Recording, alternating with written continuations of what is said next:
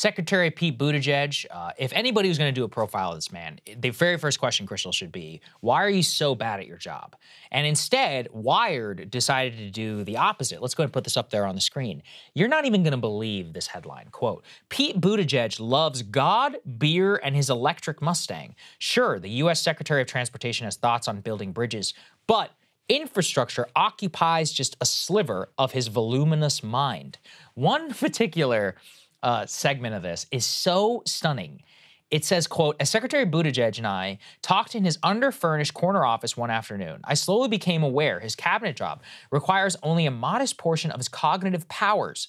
Other mental faculties, no kidding, are apportioned to the Iliad, Puritan historiography, Newsguard Spring, though not in the original Norwegian. Fortunately, he was able to devote yet another apse in his cathedral mind to making his ideas about three mighty themes, neoliberalism, masculinity, and Christianity intelligible to me. Oh First of all, when you start writing that way, smack yourself in the face. Just pour cold water on and smack yourself a couple of times. This is like deep insecurity. Like, let me show people how smart I am. How smart I am. Let me throw on every big word I can think of. But let me also just think a little bit about this from an even deeper level. Why is your whole mind not occupied on infrastructure? That's why every time I fly, I get delayed. And why moms with their kids got stranded on the Southwest debacle.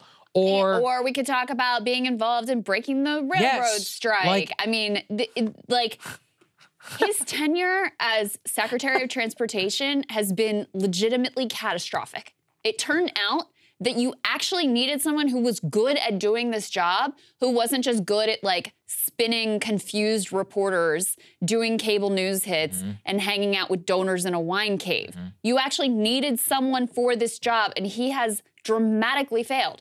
It's honestly amazing to me that you could find anyone who would write such an embarrassing hagiographic puff piece of this man at any time, let alone now, given his manifest record of repeated failures in the job that we have entrusted him with. Yes. And I just want people to understand, you didn't cherry pick quotes in this. Like, no. That's the thing second paragraph. Is particularly gross. Let me just read you how this begins, this piece begins. It was tweeted out. Here's the tweet that went out with it. With a remarkable blend of intellect and empathy, Pete Buttigieg brings a fresh perspective to the forefront of public discourse. That's what Wired tweeted out as their headline, to which a bunch of people replied, like, is this real or is this parody? The picture they put with it speaks volumes as well. The opening paragraph, here's how it goes.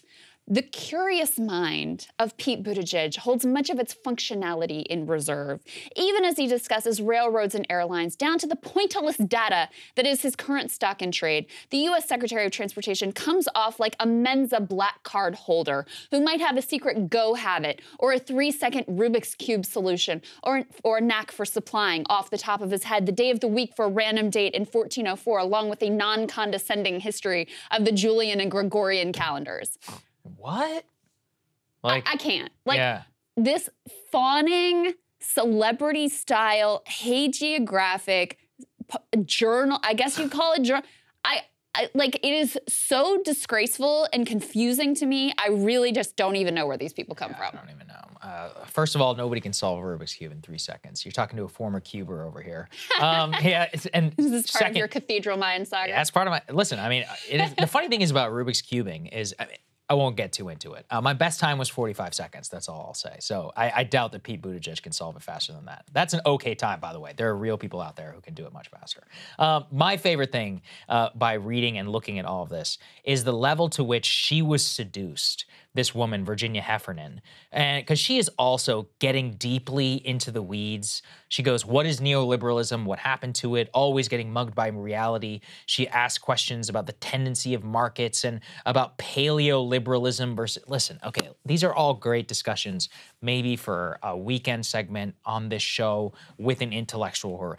If I have an opportunity to ever interview Pete Buttigieg, all of my questions will be on the FAA, on the Secretary of Transportation, on his genuine job responsibility. I don't care what he thinks about paleoliberalism. I care about Are Americans going to be able to fly on time, or at least closer to on time? Well, are you ever going to break a railroad strike ever again? His views on Christianity, gay marriage, paleoliberalism, industrial policy, the Iliad, Norwegian, and all that are immaterial to his actual job responsibility. And that's actually the biggest problem with this entire thing, is it's narcissistic on behalf of Buttigieg and narcissistic on behalf of the interviewer. I also think some of the ideology that is espoused in this piece is just really, to me, disturbing and flat out wrong, too. They say, she writes, not everyone, it seems, even wants a rising standard of living if it means they have to accept the greater enfranchisement of undesirables, including, of course, women, poor people, black people, and the usual demons in the sights of the world's Ted Cruz's and Tucker Carlson's.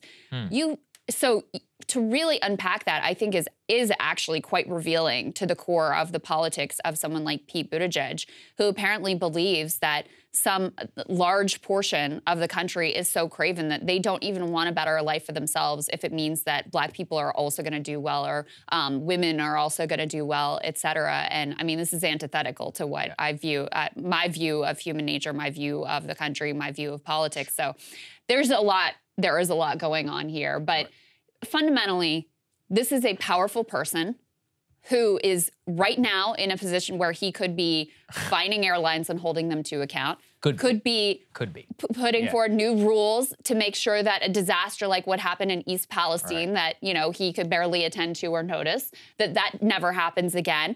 Could be trying to provide resources for people who were poisoned probably by what happened there. And instead, like, I don't know what even you're doing with this article, but it is incredible. I also was just thinking about faux intellectualism. I know a lot of people like this who are quote unquote well-educated. But then I'm also looking at this and he's like, she's bragging about him reading the Iliad. You're really bragging about reading a high school text? I would be more impressed if he was reading like a history of trains or something from 1800 to maybe learn the intricacies of his job. But instead, it's all like said in such a, it's like the Big Bang Theory. The Big Bang Theory. Very masturbatory is ultimately what it is. It's like intellectual masturbation of like, look how smart I am that I know these things that Pete Buttigieg is so smart about. Correct. It's like the idea that physicists sit around like in the Big Bang. It's like a dumb person's view of what smart people would talk about. Like nobody who's actually has any intelligence would think or act this way and portray themselves like this publicly. And also that the interview fell for it shows that she herself is also, as you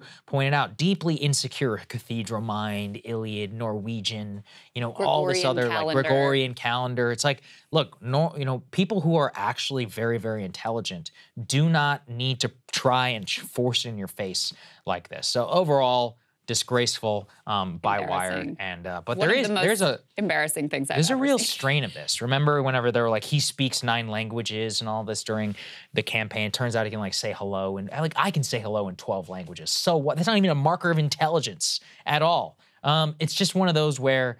And also, it's not qualification for president. It's just... It's not It certainly hasn't proved to be a reasonable qualification for Secretary of Transportation, which is your job, which you have failed at. And nothing should make you lose sight of that. Unbelievable. We'll see you guys later. Hey guys, ready or not, 2024 is fully upon us now, and Saagar and I have been brainstorming ways that we can really up our game for this critical election. Yeah, we rely on our premium subs to expand our coverage, to add staff, to upgrade the studio. We just want to give you the best independent coverage of this election, which is possible. So if you can help us out, become a premium subscriber today, breakingpoints.com, or the link is down here in the description video. It really means the world to us, and if you like what we're all about, this is the best possible way to keep us 100% independent, working only for you.